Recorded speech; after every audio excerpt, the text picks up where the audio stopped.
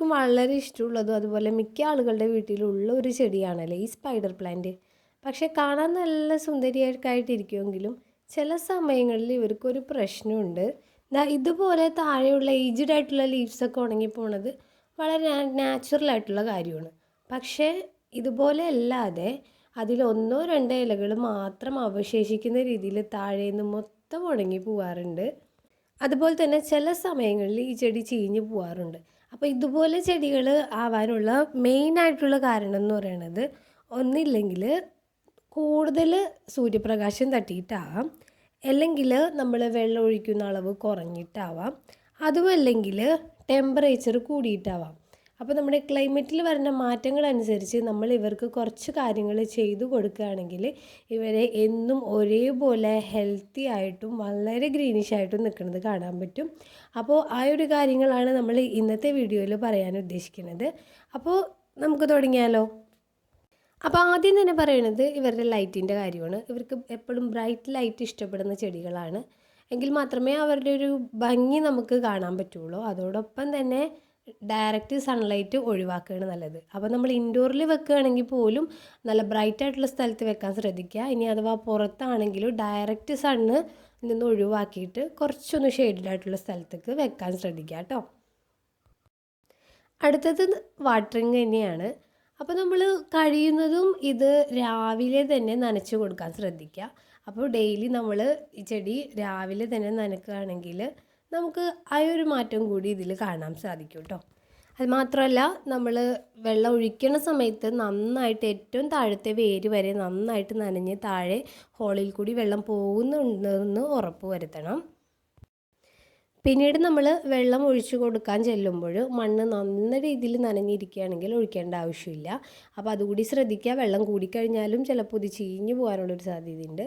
പിന്നെ അടുത്തൊരു കാര്യം എന്ന് പറയുന്നത് നമ്മൾ ഇതിന് എന്തെങ്കിലും കൊക്കോപീറ്റ് പോലുള്ള നമ്മൾ മൾച്ചിങ് ചെയ്യുന്ന രീതിയിലുള്ള ഐറ്റംസ് വെച്ചിട്ട് ഇതിൻ്റെ താഴ്ഭാഗമൊക്കെ ഒന്ന് കവർ ചെയ്ത് കൊടുക്കുക എന്നുള്ളതാണ്. എപ്പോഴും ഇങ്ങനെ ചെയ്യണത് മണ്ണിൻ്റെ ഈർപ്പം നിലനിർത്താനും അതുപോലെ തന്നെ ചെടി എപ്പോഴും നല്ല ഹെൽത്തി ആയിട്ട് നിൽക്കാനും സഹായിക്കും. അപ്പോൾ നമ്മൾ പലതരത്തിലുള്ള മോസും അങ്ങനെയുള്ള പല ഐറ്റംസ് വെച്ചിട്ട് മൾച്ചിങ് ചെയ്യാറുണ്ട്. അപ്പോൾ കൊക്കോപീറ്റ് ഇല്ലാത്തവർ അങ്ങനെ ഏതെങ്കിലും ഒന്ന് ഇതിൻ്റെ ചുവട്ടിൽ ഇങ്ങനെ വെച്ച് കൊടുക്കുന്നത് വളരെ നല്ലതായിരിക്കും. അപ്പോൾ എപ്പോഴും നമ്മുടെ ഈ ഒരു ചെടിക്ക് സ്യൂട്ടബിൾ ആയിട്ടുള്ളൊരു ടെമ്പറേച്ചർ എന്ന് പറയുന്നത് 20 to 30 ഡിഗ്രി സെൽഷ്യസ് വരെയാണ്. അതായത് നമ്മുടെ നാട്ടിലെ ടെമ്പറേച്ചറിലൊക്കെ നല്ല രീതിയിൽ വളരും. അപ്പോൾ ഒരുപാട് ചൂട് കൂടുന്ന സമയത്ത് നമ്മൾ ഇവർക്ക് ഒരു എക്സ്ട്രാ കെയർ കൊടുക്കണമെന്ന് മാത്രം. അത് ഈ പറഞ്ഞ കാര്യങ്ങളൊക്കെ തന്നെ ഒന്ന് ശ്രദ്ധിച്ചാൽ മതിയാവും. ഇനി സ്പൈഡർ പ്ലാന്റ് പല തരത്തിലുണ്ട്. അപ്പോൾ അതിനെക്കുറിച്ചൊക്കെ പലവർക്കും പല അഭിപ്രായങ്ങളുണ്ട്. അപ്പോൾ ഇത്തരത്തിലുള്ള ബേബീസ് ഉണ്ടാവണ പ്ലാന്റ്സ് മാത്രമാണ് സ്പൈഡർ പ്ലാന്റ്. അതിന് താഴെ കിഴങ്ങ് പോലെ ഉണ്ടാവില്ല. മറ്റുള്ള നമ്മൾ പറയുന്ന റിബൺ ഗ്രാസ് പോലുള്ള ചെടികളൊന്നും സ്പൈഡർ പ്ലാന്റിൽ പെട്ടതല്ല എന്ന് ഒരു കൂട്ടം ആളുകൾ പറയാറുണ്ട്. പക്ഷേ എങ്കിലും നമ്മൾ ഗൂഗിൾ ചെയ്യുന്ന സമയത്തൊക്കെ നമുക്ക് കാണാൻ പറ്റുന്നത് ഈ എല്ലാ വെറൈറ്റീസും സ്പൈഡർ പ്ലാന്റിൻ്റെ വെറൈറ്റീസ് ആണെന്നുള്ള രീതിയിലാണ്. നമുക്ക് ഡീറ്റെയിൽസ് കൂടുതൽ അറിയുന്നവരുണ്ടെങ്കിൽ താഴെ ഒന്ന് കമൻറ്റ് ചെയ്യുക കേട്ടോ. നമ്മളിപ്പോൾ ഈ കാണിച്ചതിൽ 2 ടൈപ്പ് പ്ലാന്റ്സും ഉണ്ട്.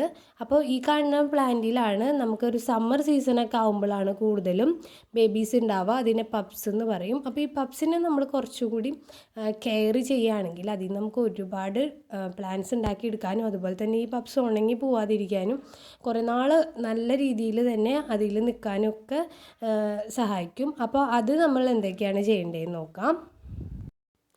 അപ്പോൾ പപ്സൊക്കെ ഉണ്ടായിക്കഴിഞ്ഞാൽ നമ്മൾ നേരത്തെ പറഞ്ഞ പോലെ ചെടിയുടെ മണ്ണ് നമുക്ക് നനവനുസരിച്ച് ചെടിയുടെ ആവശ്യത്തിനനുസരിച്ച് മാത്രം നനവ് നോക്കിയിട്ട് ഒഴിച്ചു കൊടുത്താൽ മതി.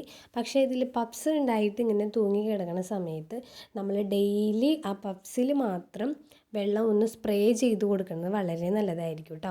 അപ്പോൾ അത് ഉണങ്ങി പോകുന്നതൊക്കെ തടയും. അതുപോലെ തന്നെ ഈ പപ്സ് ഒരുവിധം വളർന്നു കഴിഞ്ഞ് കഴിഞ്ഞാൽ നമുക്ക് കട്ട് ചെയ്ത് ഇതുപോലെ വെള്ളത്തിൽ വെച്ച് കഴിഞ്ഞാൽ വേരൊക്കെ വന്ന് നമുക്ക് ഓരോന്നും ഓരോ ചെടിയായിട്ട് പ്രൊപ്പഗേറ്റ് ചെയ്തെടുക്കാൻ പറ്റും. ചില സമയങ്ങളിൽ സ്പൈഡർ പ്ലാന്റിൽ ഇതുപോലെ ഫ്ലവേഴ്സ് ഉണ്ടാവാറുണ്ട് കേട്ടോ. സ്പൈഡർ പ്ലാന്റിനാണെങ്കിലും അതിലുണ്ടാവുന്ന ബേബി പ്ലാന്റ്സിലാണെങ്കിലും നമ്മളുടെ ക്ലൈമറ്റിൽ വരുന്ന ടെമ്പറേച്ചർ വേരിയേഷനനുസരിച്ച് നമ്മൾ ഒന്ന് കെയർ ചെയ്യുകയാണെങ്കിൽ, അതായത് നമ്മൾ വെച്ചിരിക്കുന്ന സ്ഥലത്ത് ഒന്ന് ചൂട് കൂടുതലാണെന്ന് തോന്നുകയാണെങ്കിൽ കുറച്ചും കൂടിയും ഷെയ്ഡഡ് ആയിട്ടുള്ള സ്ഥലത്തൊക്കെ മാറ്റി വെക്കുകയും അതുപോലെ വാട്ടറിങ്ങിലൊക്കെ ഒന്ന് ശ്രദ്ധിക്കുകയാണെങ്കിൽ തന്നെ നമുക്ക് വളരെ നല്ല രീതിയിൽ ഈ ചെടീനെ നമുക്ക് വളർത്തി കൊണ്ടുവരാൻ പറ്റും. അതുപോലെ നമ്മൾ ഫെർട്ടിലൈസറിൻ്റെ കാര്യങ്ങളൊക്കെ മുമ്പ് പല വീഡിയോകളിലും പറഞ്ഞിട്ടുണ്ട്. അതുപോലുള്ള സാധാ ഫെർട്ടിലൈസറുകൾ നമ്മൾ വീട്ടിലുണ്ടാക്കുന്ന ഓർഗാനിക് ആയിട്ടുള്ളത് തന്നെ കൊടുത്താൽ മതി. പ്രത്യേകിച്ച് വേറെ കെമിക്കൽ ഫെർട്ടിലൈസറിൻ്റെ ഒന്നും തന്നെ കാര്യം ഈ ചെടികൾക്ക് ഇല്ല. എപ്പോഴും നമ്മൾ പോട്ടി മിക്സ് വളരെ നന്നായിട്ട് നീർവാർച്ചയുള്ള രീതിയിൽ ചെയ്തെടുത്താൽ തന്നെ നമുക്ക് ചീയണ പ്രശ്നം ഒഴിവാക്കിയെടുക്കാൻ പറ്റും. ബാക്കി എല്ലാ ടിപ്സും ഇതുപോലെ ഫോളോ ചെയ്യാം. അപ്പോൾ ഇതുവരെ ചെയ്തിട്ട് ശരിയാവാത്തവരുണ്ടെങ്കിൽ ഒന്ന് ഇതൊക്കെ ചെയ്ത് നോക്കൂ കേട്ടോ. പുതിയൊരു വീഡിയോ ആയിട്ട് കാണാം. അതുവരേക്കും ബൈ ബൈ ഫ്രം സഫീസ് ഹോം ഡയറി.